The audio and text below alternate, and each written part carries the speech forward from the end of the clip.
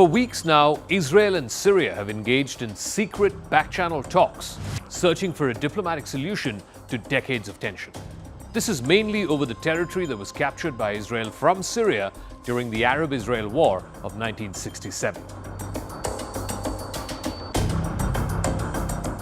Violent unrest has seized the south of Syria in recent days in a place called Sweida. It's a strategically important province on the border with Jordan and very close to Israel. Here in Sweida, over the last few days, government forces, Bedouin tribes, and militias from the Druze minority have clashed over the last week. More than 500 people have been killed in the fighting, according to the Syrian Observatory for Human Rights, which is a Britain-based war monitoring group. It is the deadliest bout of unrest to hit this region in Syria in years now. The fighting broke out last Sunday between armed Bedouin tribes and Druze militias that control large parts of Sweida. It quickly escalated, drawing in both the Syrian government forces as well as the neighboring Israeli defense forces. The Israeli news media has been awash with optimistic predictions of a limited non-aggression pact or even a landmark peace deal between the Jewish state and the former jihadists who have seized control of Syria last year. Israel's brazen strikes over these past week on Syrian government forces, including in the capital, Damascus, have highlighted the premature nature of such expectations in what is a fluid geopolitical situation. It's also exemplified how Israel is still traumatized by Hamas's surprise attack in October of 2023.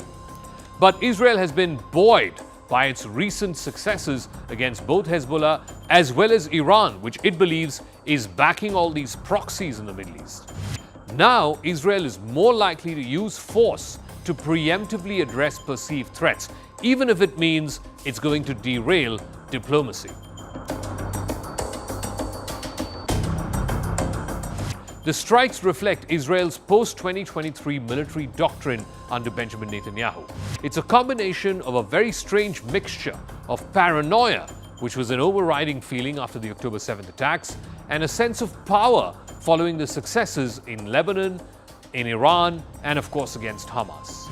And the result is there is now a preference for force and the use of force and the demonstrable use of force rather than for diplomacy as the first resort.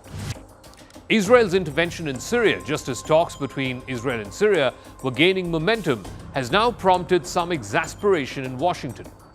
Damascus had been trying to de-escalate tensions, but Israel seemed intent on striking regardless. Marco Rubio, who is the US Secretary of State, has described the Syria-Israel tensions as a misunderstanding. He says that the United States has helped broker a ceasefire, an agreement between all parties involved in these clashes. The specific trigger point or the spur for the current round of hostilities was Israel's actions against the Syrian government and the deployment of Syrian forces southwest of that country. This was to try and contain the fighting between the Bedouin tribesmen and the Druze minority of Syria. Though much of Syria's arsenal was decimated by scores of Israeli strikes last year, and also because of years of civil war, the Syrian government was able to send in troops in pickup trucks and outdated tanks to the south of the country in Sweida. For Israelis, that posed a couple of challenges. The first one was a perceived security threat in southwest Syria, where Israel wants to prevent the buildup of potentially hostile forces.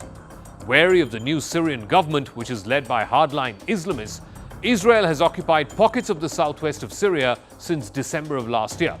This in a bid to try and prevent Syrian forces from reaching the Israeli border.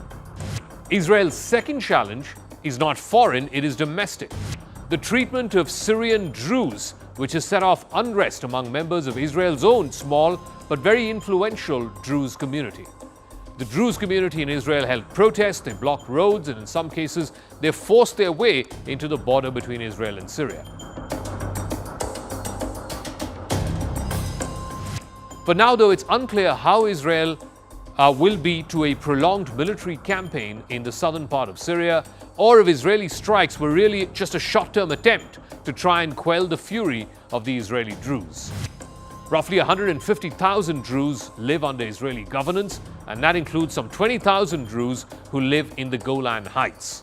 The Golan Heights, Israel had captured from Syria during the Arab-Israel War of 1967.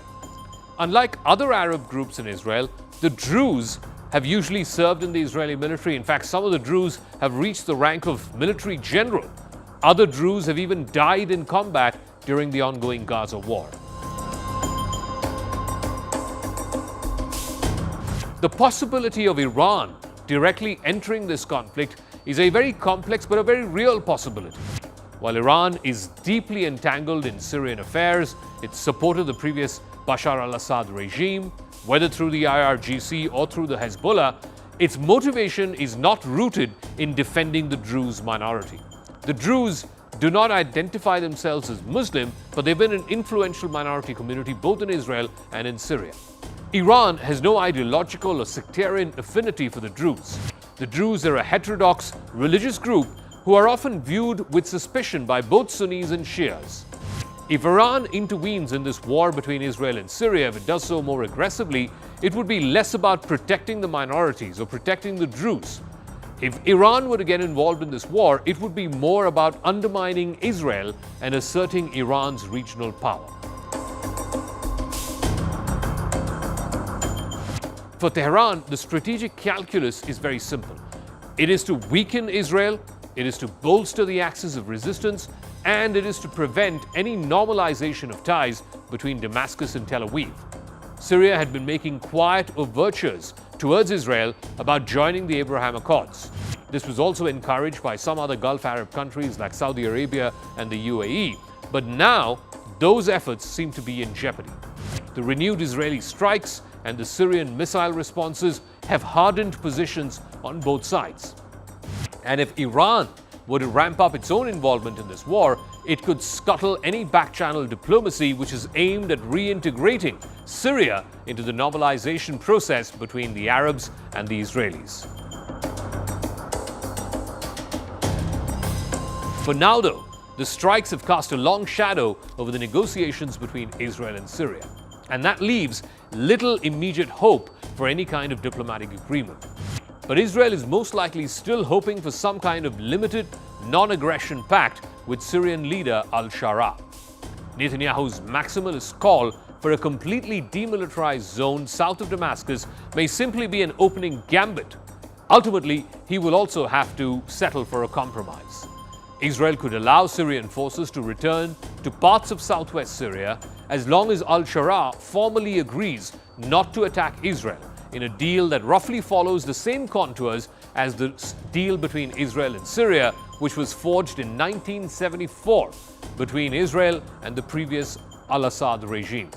For now, though, a lot is still up in the air between Tel Aviv and Damascus. Then the last thing the region needs is yet another full-blown war after almost 2 years of non-stop Israeli wars, first against Hamas, then Hezbollah, the Houthis, and finally the limited strikes against Iran.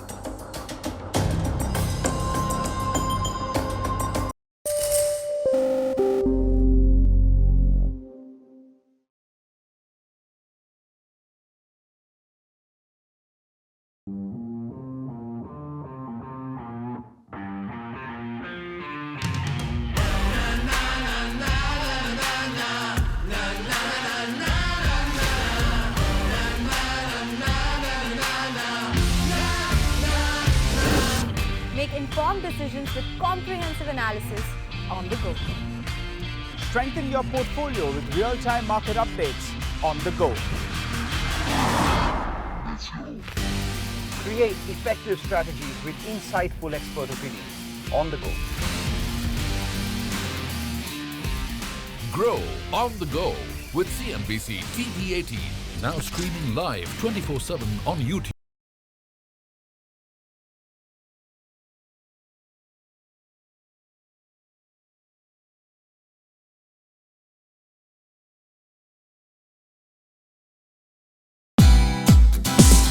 Hey, thank you for watching this on CNBC TV18. Hope you liked it.